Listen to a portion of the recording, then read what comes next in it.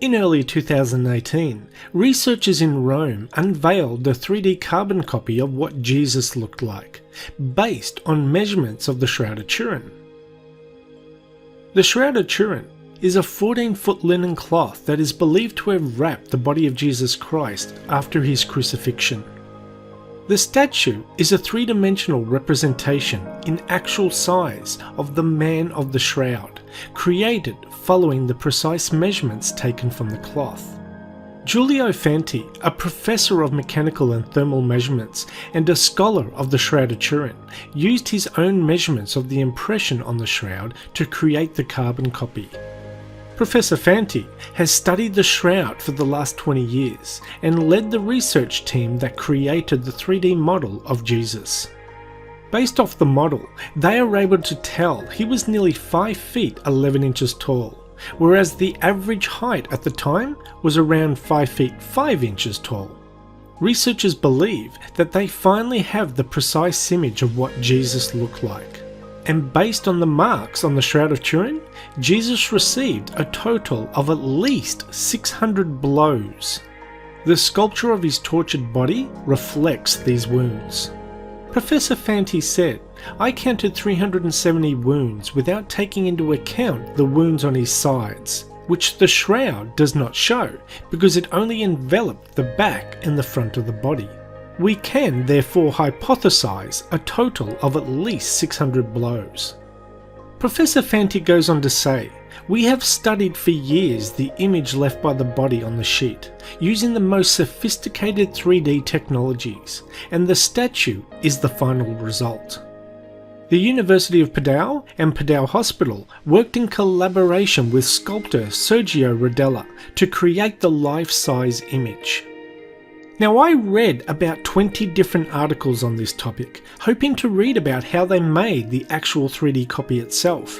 What technique or machine did they use? Did they sculpt it by hand, or did they use some kind of 3D printer? But not one article or video covers that information. However, I found another video from July 2017 of a 3D statue made out of bronze, and the statue itself is, from what I can tell from the video, identical to the 3D carbon copy statue, as his pose and marks on the body look the same. They explain the process in making the statue in the About section on that video, and this is what they said. The shroud is encoded with 3D information that is found from the spaces between the highest and lowest points of the body and its distance from the cloth. Recently, a VP8 analyzer that gives topographical information about the Moon and Mars terrain was used on the cloth. A 3D holographic image was formed of the face and body. An artist then used the exact dimensions of the 3D shroud image to create a bronze replica of the physical form of Jesus Christ. We have real blood, proven scientifically. We have an image that's neither painted, nor photographed, nor scorched, nor rubbed, or in any way made by the hand of a man.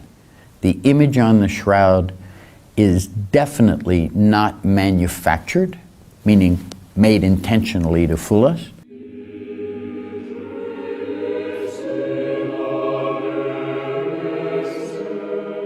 This shroud has been wrapped around the body of a man who was tortured, flagellated, crowned with thorns, crucified, at the time of the Roman Empire.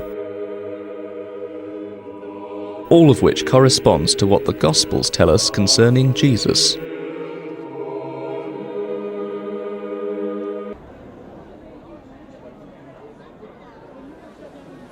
The Shroud of Turin provides a great challenge for science. It's a challenge because it's a piece of cloth that contains an image with physical properties unlike any other image I have ever seen, or anyone has ever seen. I have spent 32 years studying it. 32 years, half my life studying it, and yet I still don't have the answers. The man I worked with from Los Alamos called me again, and he said, "Barry, what do you know about the Shroud of Turin?" And I laughed. I said, "But I'm Jewish." And he said, "Me too." He was also Jewish. And he said, and explained to me that at that point a number of scientists had taken a photo of the shroud, and he said they were so amazed that this image has such properties, they were going to put together a team of scientists to see if they could get permission to go to Turin and examine the shroud to try and determine how this image was formed. About 2 months into the project, I remember saying to one of the other team members, "What is a Jewish boy like me doing on this?" And he laughed and he said, "You forgot that the man on the shroud is Jewish?" And I said, "No, I know this, I know." And then he gave me the best advice, maybe, of my whole life. He said, "Barry, go to Turin, do the best job you can do. God doesn't tell us in advance what the plan is, but one day you'll know." And this was great advice. And that kept me on the team. I was going to quit. But because of his words, from God maybe, through his lips, I stayed on the team. But the most important property of the shroud's image is the fact that the distance between the cloth and the body made the density of the image change. So the closer it was, the darker the image. The further away, the lighter the image. So the image on the shroud is not just from contact, because it worked at a distance from the body. So the correlation of cloth to body distance yielded different densities of the image. So when we looked at it with the VP8, we saw the natural relief of a human form. Now, how do we make images like that? We cannot duplicate this. And this three-dimensional information is the only image in the world that has this property.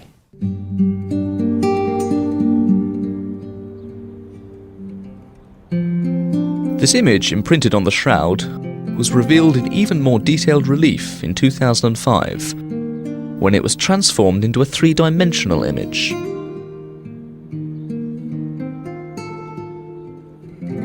This was achieved by Dr. Soons, a doctor in Panama in Central America, who specializes in three-dimensional imaging. The thing that stopped me from accepting the shroud as authentic for years, 18 years, the blood on the shroud is still red. Old blood should be black or brown. And no one could answer for 18 years, why is the blood on the shroud still red? And then in 1995, in a telephone conversation with Dr. Alan Adler, Jewish blood chemist who proved, by the way, the blood on the shroud was blood, proved it. He and I were on the telephone just having a conversation. And then he told me something I'd never known before. When someone is tortured over an extended period of time, 24 hours, 36 hours, right around the time of Jesus' torture, the body goes into shock. Jesus was given no water, he was beaten, he was scourged. Consequently, he went into anaphylactic shock.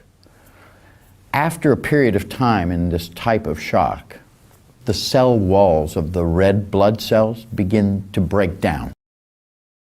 And the liver floods the body, the bloodstream, with an enzyme called bilirubin.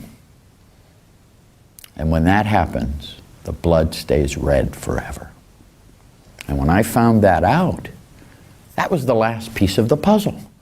And that pushed me over the threshold and allowed me to accept the shroud as authentic, because it gave me a scientific, credible answer to the last question I had. My life is better by 1,000% than before, because the shroud is in my life. So as a Jew, maybe the greatest irony from my life, I'm a Jew who can say that My faith in God was restored by my study of the Shroud of Turin. The clues that had been brought to light by the scientific research now made a medical examination of the image on the shroud possible. This examination revealed that this man had indeed been subjected to torture and that he had died by crucifixion. We don't see a man that's just dead. We see a man whose face is swollen because his face was beaten. And you can actually see one cheek is more swollen than the other, but both are.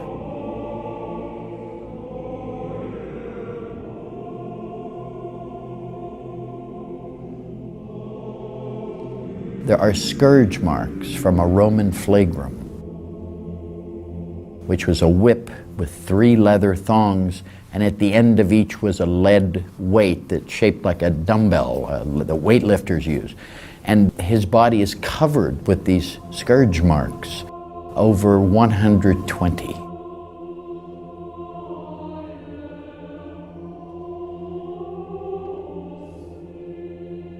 In flagellation, as applied by the Romans, the blows not only tore the skin, but, as a result of their energy, which was absorbed in a few microseconds, they caused extremely serious internal lesions. Extrêmement grave. C'est une torture abominable. It is truly a horrible torture. C'est un homme qui a la This was a man who, at the end of the scourging, was going to die. His kidneys had ceased to function. He was losing liters of blood. He was completely dehydrated. The man on the cross had no more than a few hours left. quelques heures.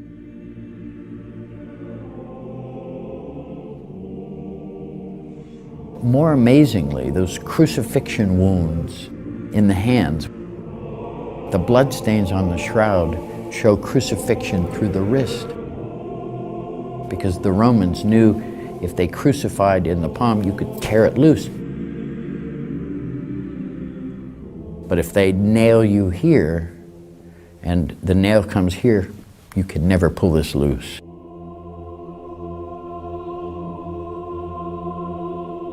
We also see bloodstains covering his head, as if from a cap or crown of thorns.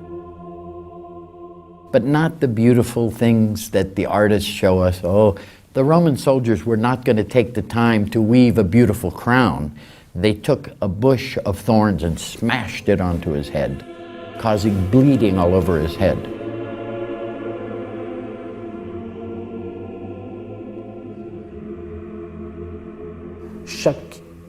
Every thorn that touched his flesh would have been like an electric shock for a few seconds or even several minutes. We can hardly imagine this when we read in the Gospels, they crucified him.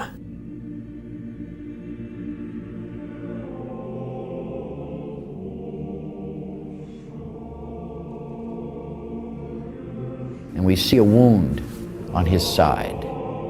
The darkest blood stain on the entire shroud is from this wound. And the blood actually went around to his back. So we have this bloody cloth with all these wounds, and it is a perfect match to what it tells in the Gospels was done to Jesus.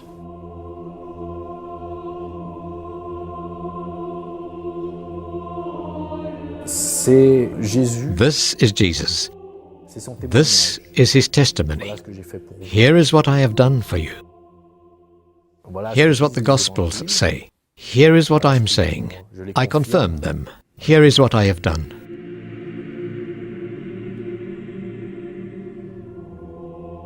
I was completely overwhelmed because a naked body, which had been tortured, with traces of blood which were only too visible, should really have made me want to run away.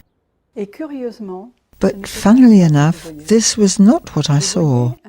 I saw a body, more than just a body, a person who seemed infinitely reassuring, filled with peace, and this wave of peace reached out to me too. And I received a very deep and indelible certainty, as though he was right in front of me and he'd said to me, "Don't worry, suffering does not have the last word. Death will not swallow you up. I've been there before you."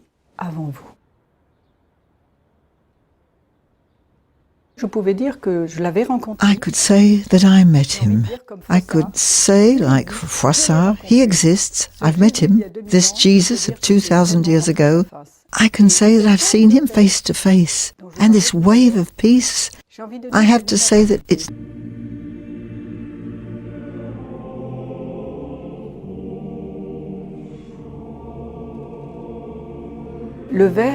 The Word was made flesh. The Logos. He who is the Word, he who is the truth, the life, he assumed a human body.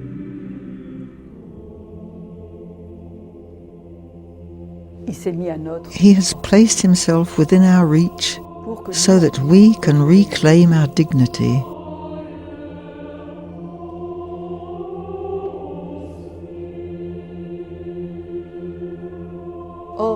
Surely it is our grief that he himself bore, our sorrows which he carried. It's as though he took the worst upon himself in order to allow us to breathe again and to continue to live after our difficulties and trials.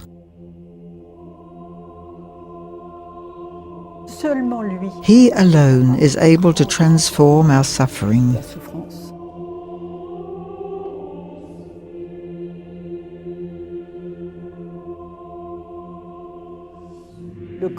And the risen body came out of this fabric of death. And in the same way, he invites us to this same resurgence, this resurrection, and he shows us that we don't have to remain in the depths, but that his presence alone is itself a reassurance and can overcome anything.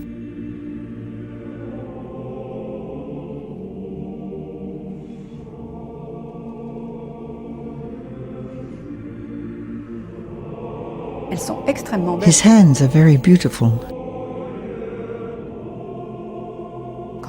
When I think that these are the hands which multiplied the loaves, which blessed the children and touched the blind,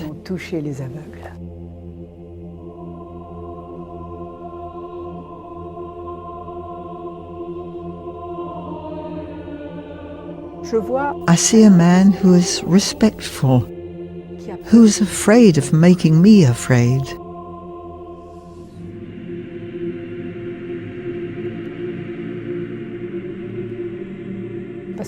Because God is a little shy.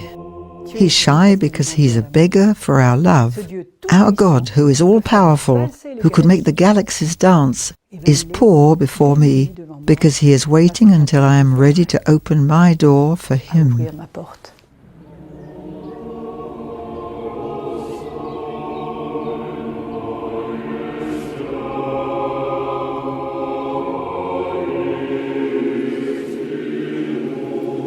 This information, or the fact that the Shroud's image is a photographic negative, was discovered in 1898 and marked the beginning of a long series of photographic and data processing research.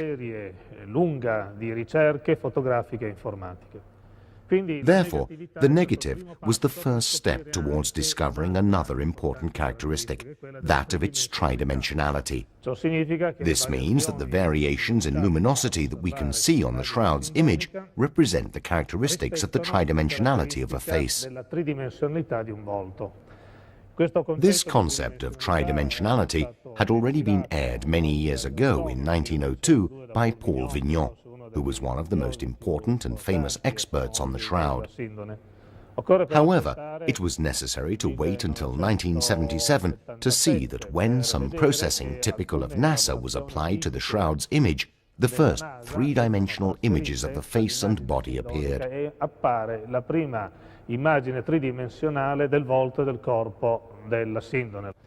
In 78, Italy also saw the institution of a research group studying the Shroud's image, led by Professor Tamburelli, and the data processing methodology employed gave rise to a very particular three-dimensional image, an image with detail that emphasizes that we are effectively dealing with the face of a man that had been beaten.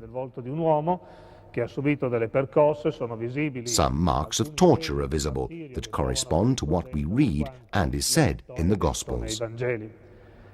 Therefore, tridimensionality is another important aspect. But this too is hidden information. As hidden information, there is that relative to foreign bodies, to foreign objects that have been thought to be present on the Shroud's image. In particular, we can mention, for example, the imprint left by the coins. What you can see is a three-dimensional elaboration of a coin on the right eyelid that has left an almost unequivocal imprint, the presence of a question mark, and a part of the words Tiberioi Kaiseros.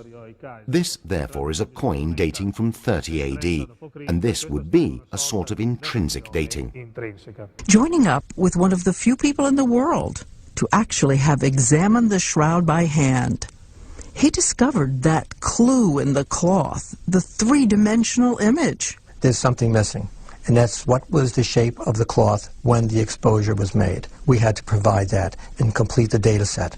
So with computers for the documentary, they have now recreated how the shroud would have been draped around the body. He says their 3D imaging reveals so much blood on the body. The amount of blood we found in the Shroud of Turin was extraordinary, beyond what I had envisioned. It's very dramatic to see. He was brutalized and murdered many times over. The face of the man in the shroud was scarcely visible until a startling photographic negative was produced. But there is an additional, inexplicable property of this image which caught the attention of 3D computer graphics artist Ray Downing. Encoded within the fibers of this cloth is 3D information which shouldn't be there. It's as if someone, using an unknown technology, hid a blueprint for constructing a three-dimensional statue within this two-dimensional image. Downing worked for over a year, extracting and refining this encoded information to create that statue, to reveal for the first time the face of the man in the shroud. This new portrait of Jesus drew worldwide attention in the news media and was the subject of a History Channel special. Inspired by quotes from the New Testament, Downing has gone on to illustrate a library of Jesus portraits based on the Shroud of Turin image, a face both hidden and revealed in time. Suffer little children, and forbid them not to come unto me. Lazarus, come forth. O my Father, if it be possible, let this cup pass from me. If the world hates you, ye know that it hated me before it hated you. Father, into thy hands I commend my spirit. Greater love hath no man than this, that a man lay down his life for his friends. I am the resurrection and the life.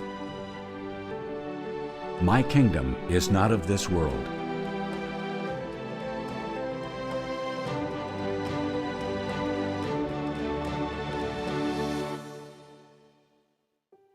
Somewhere there emerged three-dimensional information.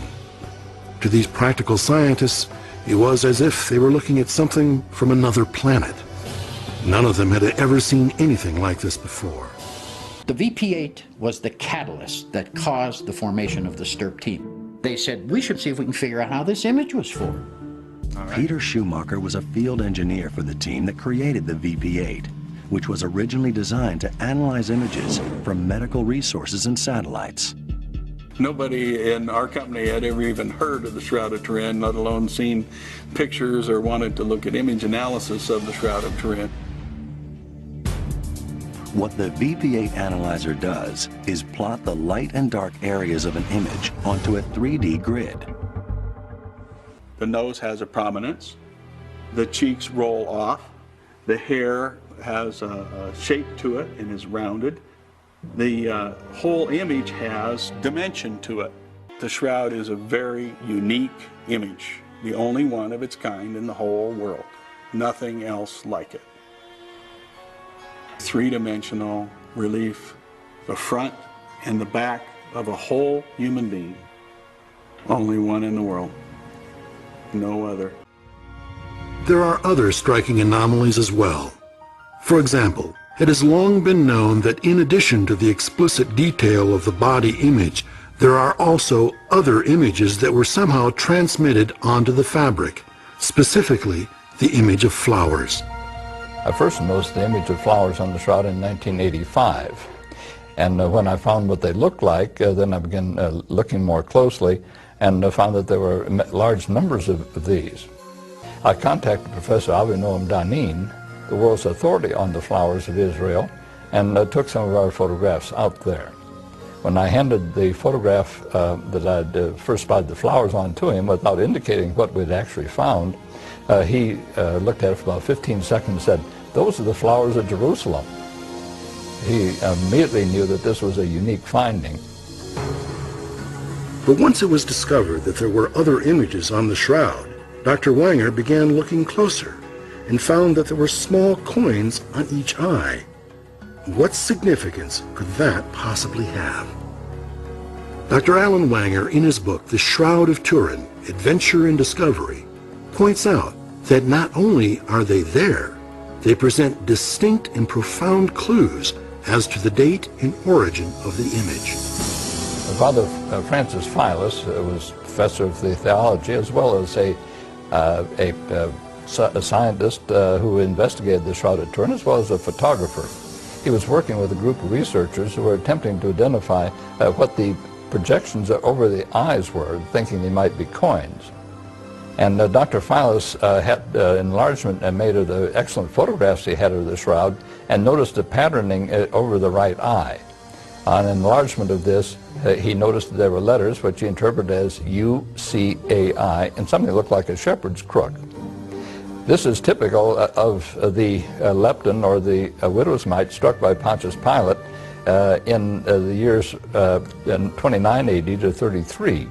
We can identify the images of them, and so we can identify the particular coin and know the origin as well as the date, which both of them are, that we identify are struck in 29 AD. So this dates the shroud back to the 1st century. It also localizes it to Israel, since these coins are just the widow's mites or the common penny of the time, and certainly would not circulate either outside of Israel or not very long after the reign of Tiberius Caesar, to which they were dedicated. But how could an image containing so much information have been formed? There are those who believe the image could only have been formed by a burst of some sort of radiation. But the simple fact is, nothing like the shroud image has ever been found or reproduced. But that's only the beginning of the astounding information to be gleaned from this amazing image. Because it's got three-dimensional properties and X-ray properties. The three-dimensional properties in particular cannot be reproduced by anybody today. Nobody on planet Earth can put three-dimensional properties into a two-dimensional cloth. The Shroud of Turin is unique on planet Earth. I believe that the Shroud of Turin proves the resurrection of Jesus Christ, and that the image on the shroud was caused by a burst of radiation given off at the resurrection of Jesus Christ. Right, we're going to start with image 46. Those of you who've been to the Garden Tomb in Jerusalem, which I believe is the tomb in which Jesus was actually buried, will have seen inside the Garden Tomb the limestone tomb, image number 46, please, in which Jesus was buried. Now, the actual limestone of that tomb is a particular type of stone which is only found in ancient tombs in Jerusalem and nowhere else known on planet Earth. It's actually called travertine aragonite. Now, two scientists called Joseph Colbeck and Richard Levi-Setti, American scientists, they found that there were traces of this particular very rare limestone on the shroud. They found some of these on the nose of the shroud, the left kneecap, and both heels. And they say that the Shroud of Turin was definitely in Jerusalem because they don't know anywhere else on planet Earth where travertine aragonite is found. What you're looking at now is actually Dr. Max Fry, who's a pollen specialist, a member of the STIRP team, Dr. Max Fry, and he's actually a botanist, and he found lots and lots of pollen and spores on the shroud. And he found that it had lots and lots of different spores and pollen of plants found only in Jerusalem. And that's Dr. Avinoam Danin, a botany professor at the Hebrew University in Jerusalem. He found Zygophyllum dumosum, the spores of that plant, and he found the spores of a next plant, Guandelia 2040. And he said that the shroud definitely came from Jerusalem. Further evidence of the shroud is Sudarium, which was the linen cloth over the face of Jesus. Now that shroud, the Sudarium of Oviedo over the face of Jesus, is actually in a wooden or oak chest in Oviedo in Spain. And again, Dr. Alan Wang has studied that and found that the blood type is type AB, which on both the Shroud of Turin and the Shroud of Oviedo, and the blood marks exactly match the blood marks on the Sudarium of Oviedo exactly match the Shroud of Turin, which means they were both placed over the same corpse. That is very, very significant. All right, let's read from Scripture. Matthew 20:18. Behold, we go up to Jerusalem, and the Son of Man shall be betrayed unto the chief priests, and they shall put him to death, and shall deliver him to the Gentiles, to mock and to scourge and to crucify him, and on the third day he shall rise again. All right, now let's compare to what's written in Scripture to the forensic evidence on the Shroud of Turin and see if it matches up. No less than 7 forensic pathologists confirm without doubt that a genuine person made contact with the shroud. He was dead, he was mocked with a crown of thorns, he was scourged, and he was crucified, and there's no evidence of decomposition on the shroud, meaning that the body that was in there was not there very long, less than 3 days. We know for a forensic fact a man in the shroud was dead. The knees are in a locked position from rigor mortis. Who buries someone with their knees raised? Unless the body was in rigor mortis and you were in a hurry to get the body in the tomb. Just like the historical record in the burial of Jesus. There's a post-mortem side wound. That's a no-brainer. That means the person is dead. First stage of rigor mortis is what? The eyelids, the neck, and the jaw stiffen up. And you can see on the man in the shroud, his jaw is stiff. It's locked up. I mean, you can see visible teeth. And the final clue, the slightly swelled stomach. That doesn't happen until 48 hours after death. So the man in the shroud has been dead for 48 to 72 hours, and then his body was risen during the image process. So this matches the whole passage right from the beginning. The man in the shroud, he's mocked, he's scourged, he's crucified, he died, and on the third day he rose. He was risen. That is what the forensic evidence says happened. In order to have distance information on the shroud, to have colored versus uncolored fibers, which represents the distance the body was to the cloth at the time the image was formed, that means what? That means the body had to be raised off the ground. There had to be a separation between the cloth and the body, and that means risen. So the man in the shroud was risen after 3 days. Bear in mind, the blood stains are first, and the image is over the blood stains. They are 2 separate events, and the forensic evidence tells us that this image process took place 48 to 72 hours after the blood made contact with the cloth. Those are the forensic facts of the case file, and they are indisputable. Anyone in disagreement is in disagreement with no less than 7 forensic pathologists and blood chemistry experts. We know for a forensic fact wrapping a dead body in linen will not leave an image behind on the cloth. We have over 1,000 burial cloths from antiquity that had bodies in them. Not a single one has an image on it except this one. And that's because this body and this linen was resurrected. What this really is a 2+ blank equals 4 type challenge, and only one answer fits. The only person this can be is Jesus Christ. He's the only person in history we know of that was mocked, scourged, crucified, died, placed in an expensive linen, and told people previously he was going to be risen on the 3rd day. And that is exactly what the forensic evidence says happened in this case.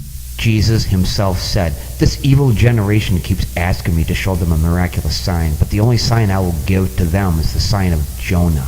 Now look at the right side of the man of the shroud on his forehead. What is that? That's the sign of Jonah. It's also on the heel, on his heel, on the back of the head, and on the sudarium of Oviedo 4 different times. I've never seen in any crime photo in the history of my life or any morgue photo blood take on the shape of number 3 and be on the side of a head or on clothing or on tools or weapons or blood splatter on walls or whatever it is. I've never seen it. I do not believe it is a coincidence. Ladies and gentlemen, we are looking at the sign of Jonah on the Shroud of Turin. Beyond any reasonable doubt, beyond any doubt, the man in the shroud is Jesus.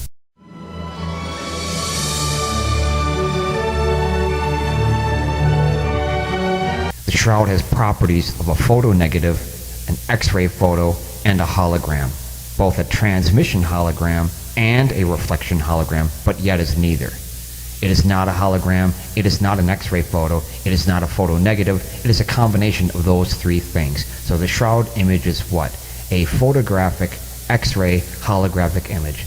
That said, how many other dead bodies have left a photographic X-ray holographic image behind on a burial cloth or linen as a result of making contact with it? None. So this argument, well, that could have been any person in that cloth. The Romans scourged and crucified a lot of people.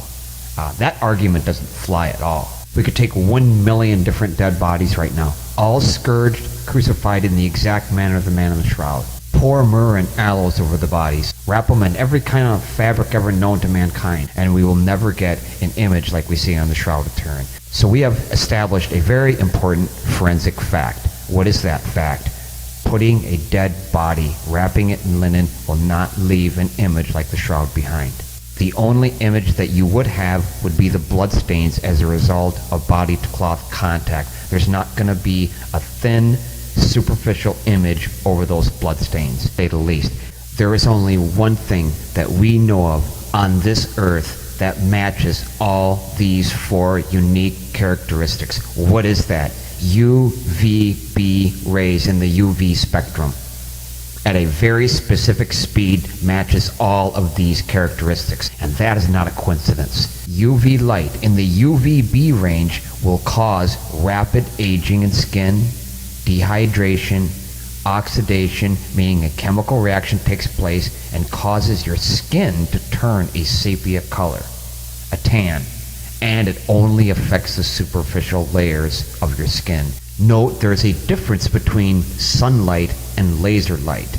The UV light source making contact with the shroud is traveling at the same speed as UV light from the sun, but it is a different type of light.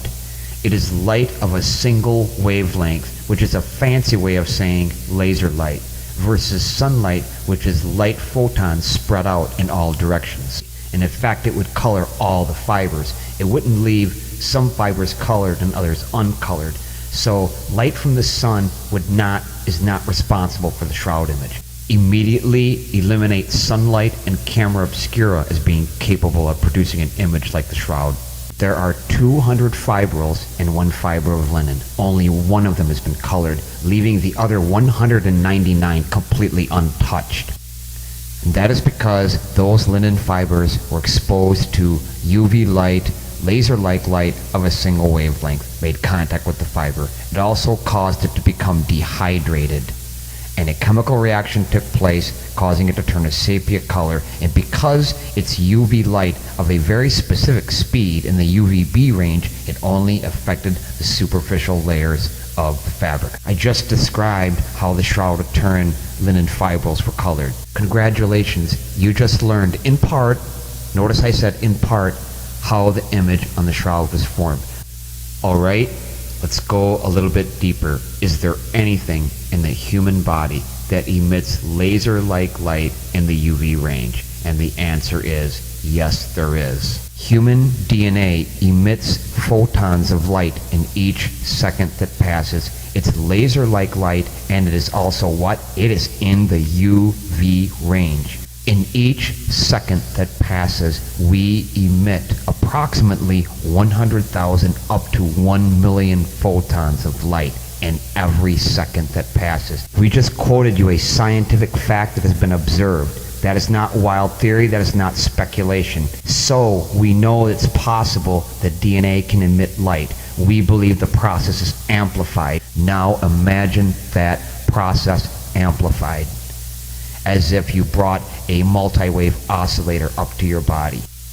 A multi-wave oscillator emits moving electrical signals. It will cause your living cells to increase in AC voltage. And whatever that machine is set at, let's say it's 2 billion cycles per second, your cells will also oscillate at 2 billion cycles per second. It will match whatever the machine is set at. In a comparison analogy, if you had a tuning fork that was dead and you brought another tuning fork up to that one that was vibrating at, say, 2 billion cycles per second, the other tuning fork that was dead will come back to life again / begin vibrating at the same speed the other tuning fork is vibrating at. So it will match its speed. So what we have going on in the shroud image is what? The field action of resonance. The field action of resonance is not unlike bringing life to something that was dead. Something that was unmoving now becomes moving. Something not oscillating now is oscillating. In the same way, a moving electrical signal was brought up close to the body of Jesus and caused his unmoving cells to start moving / oscillating. This caused light to emit from the DNA, which made contact with the shroud fabric. So a moving electrical signal, a source of light radiation, oscillating in the UVB range, came right up close to the body of Jesus and caused his DNA to oscillate at the same frequency. And this particular frequency causes the DNA to emit light. And that light made contact with the Shroud of Turin. And where the cloth was close to the body, more fibers were colored. And as there was greater separation, less of the linen fibers were colored in a manner which represented the exact distance the body was to the cloth, and typically see as light as being dark. So the image has all the properties of a photo negative, also has properties of an X-ray photo, also has properties of a hologram, both a transmission hologram and a reflection hologram, yet is neither. So again, what is the shroud? It's a photographic X-ray holographic image. Beyond any reasonable doubt, beyond any doubt, a higher power intelligence / God is involved in the image process. This creator really went all out doing this image, photographic X-ray holographic image. He loved this man. He loved this man deeply. He loved this man deeply. He loved this man deeply.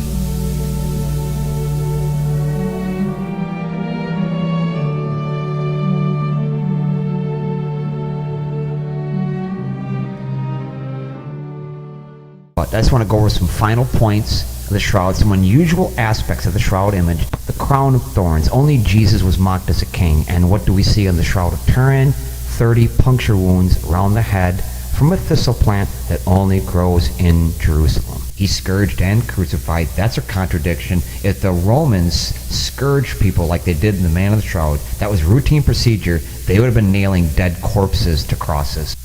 This is the most hated person in the city, and he's wrapped in fine linen. A body crucified and scourged to this degree would be thrown into a landfill, as in human garbage, not treated like a king. So this person has rich friends. And that follows the gospel account. And there came also Nicodemus, who first came to Jesus by night and brought a mixture of myrrh and aloes, about a 100-pound weight. That would be extremely expensive.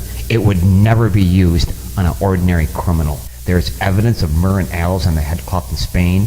Myrrh and aloes found in the blood by antibody antigen testing by a forensic pathologist. See, all these are all clues that say the same thing. This man is Jesus. He's loved and he's hated, and he has what? He has rich friends. like Joseph of Arimathea and Nicodemus. On the cloth is a 1st century style stitching pattern. That gives us a clue as to the age of the cloth.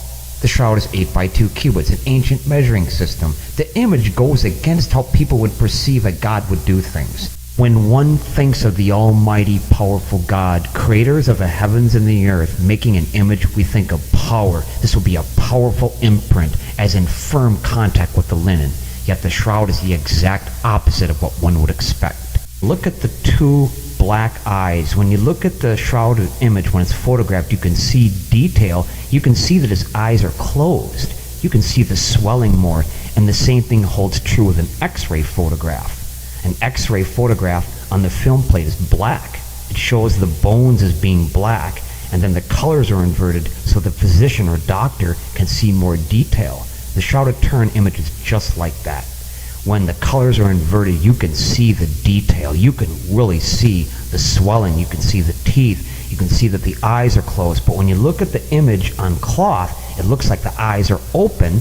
As a result, you see in all the early frescoes, Jesus has his eyes open, and they're portrayed as big owl-like eyes because that's what it looks like. So we haven't even really seen the Shroud of Turin correctly until the last 118 years. Look at the vertical lines going down the sides of the face. That really looks out of place, as in, what is that?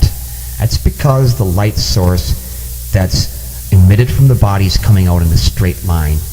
It follows the pattern of the swelling, but where the swelling drops off and the face drops down, that's where the image process stops. Because why? As we discussed in the first video, too much separation between the body and the cloth there. No image. We really see that clearly in the face, along the sides of the cheek. And then we see the blood stain off to the left, which appears to be in the hair, which is actually a blood stain from around the area of the ear on the side of the cheek. So the blood stains are out of stereo register with the body, but it proves this beyond any doubt.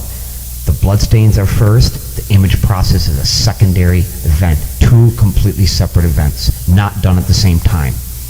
And the forensic evidence tells us beyond any doubt that this image process happened 48 to 72 hours after the blood made contact with the cloth, and that fits exactly with the gospel account.